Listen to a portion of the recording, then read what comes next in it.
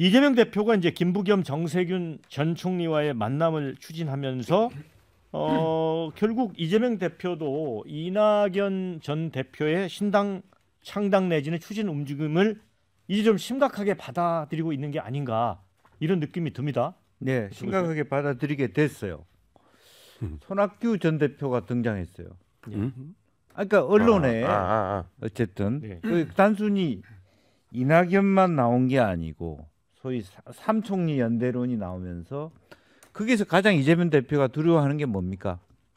호남 민심 전체가 이재명 대표의 등을 돌릴 가능성이 있다. 특히 정세균, 이낙연 두 사람이 손을 대면서 잡으면서 네. 그걸 굉장히 그러면서 본인은 재판 리스크가 높아지고 있거든. 지금 이제 위정교사 문제부터 재판 리스크 지금 본회의도 출석 못하는 지경까지 가고 있기 때문에 상당히 본인은 김용 재판 이후 불리해지고 있는데 이낙연 대표 본인 혼자 가지고는 사실은 여전히 사실은 호남이 움직인다든지 오히려 박지원 국정원장보다 못하다 호남에서 말하자면 호남 민심을 대변하는 것이 그런 부분을 할 수 있다 하지만 만에 하나 정세균 전 총리가 이낙연 전 총리의 손을 들어주면 호남이 흔들릴 수밖에 없잖아요.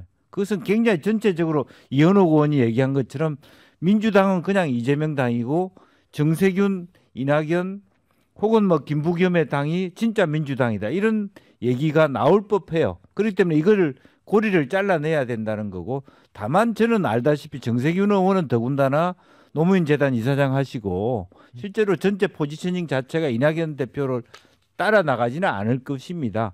통합하자 이렇게 말씀하실 것이지만 그럼에도 불구하고 권력구조 개편론이라든지 다시 병립형으로 가는 부분에 대해서는 안 된다고 말할 수 있기 때문에 손학규 대표를 등장하게 된 부분도 연동형에서 병립형으로 지면 뭐하냐 이겨야지 이런 논의 때문에 들어오는 거거든요. 그다음에 유인태 수석도 마찬가지입니다. 저한테 개인적으로도 병립형 부분에 대해서 제가 말을 할 때 병립형 할 수 있지 않느냐는 것에 대해서 문제제기했거든요. 이제 그런 매우 델리케이트한 문제가 있기 때문에 신경을 쓰고 있다 그렇게 봐야 될 것 같습니다. 결국 이제 이낙연 신당을 잠재우려면 이제 이재명 대표가 병립형 비례제를 선택할 수 있잖아요. 저는 그렇게 저는 지금까지는 국민의힘은 그걸 원하고 있고 당연하죠. 저는 지금까지는 이재명 대표가 연동형을 가능하네. 왜? 굉장히 당내에서 몰리기 싫어서 반대 세력이 똘똘 뭉치는 걸 거부하기 위해서 그걸 막기 위해서 연동형을 선택하고 오히려 조국 추미애 뭐 송영길 이런 사람이 신당과 나중에 연대할 걸로 이렇게 생각했는데 기류가 바뀔 수 있다. 만약에 진짜 이낙연 신당이 나오고 힘이 세질 거라고 판단되면 그걸 막기 위해서라도 국민의힘과 똑같이 병립형 회기로 할 가능성도 커지고 있다. 저는 봐요. 그런데 병립형이 왜 이낙연 신당을 불리하게 만들죠? 가능해요? 지역구에서도 먹고 막 이렇게.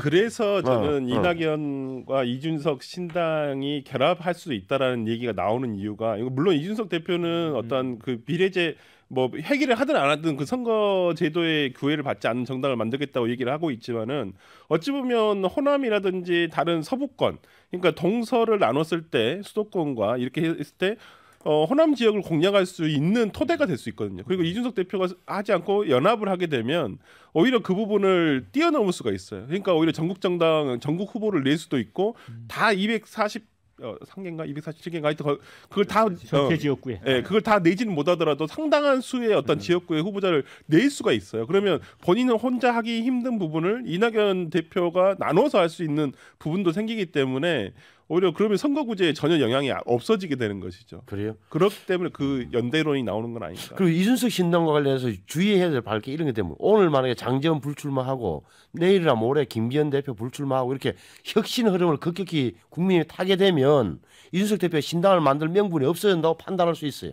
그리고 예를 들어서 여권의 핵심 관계자 입에서 유감이다, 미안하다, 오해였다 이런 게 나오게 된다면 적어도 대통령실이나 이게 되면 이준석 대표로서는 뛰쳐나갈 명분을 어떻게 보면 없어지는 대목이 되기 때문에 신당을 기정사실화하는 거고 접근하는 건 약간 위험해요. 근데 이준석 대표가 오늘자 인터뷰 내에서 대한민국에서 가장 거악은 윤석열 네. 대통령이라 했어요. 아 그래요? 예.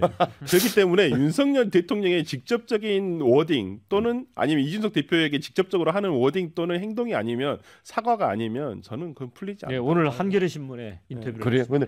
근데 그래서 대통령이 내가 볼 때는 야 이준석 대표 내가 잘못했다. 야 막 이렇게 할 수는 없을 테고 제가 왜 대통령실 핵심 관계자 아니면 당 대표 아니면 뭐 비대위원장 이런 당을 대표하는 인물이 일련의 정치 과정에서 이루어졌다는 데서 유감이다. 뭐 그리고 보수 연합을 해서 노력하자 정권 재선 이렇게 간다면 저는 이준석 대표가 과연 당을 만들 수 있을까? 근데 정치가 비전과 가치를 가지고 일단은 해야 되는 것이고 그리고 진짜 대한민국 어렵잖아요. 진짜 어렵지 않습니까? 미래를 논해야 되는 시간에 어느 한 특정 정치인의 거취에 대해서 자꾸 이야기를 이렇게 60일, 90일 한 적은 없어요. 그것은 마음이 섰으면 그때 발표를 하는 것이고 안 섰으면 발언을 삼가는 게 맞다. 저는 그렇게 생각하고 좀 더 이제 한국 정치가 이런 저는 내용을 겪으면서 더 바른 방향으로 가야만 할 것이다. 저렇게 생각합니다. 네.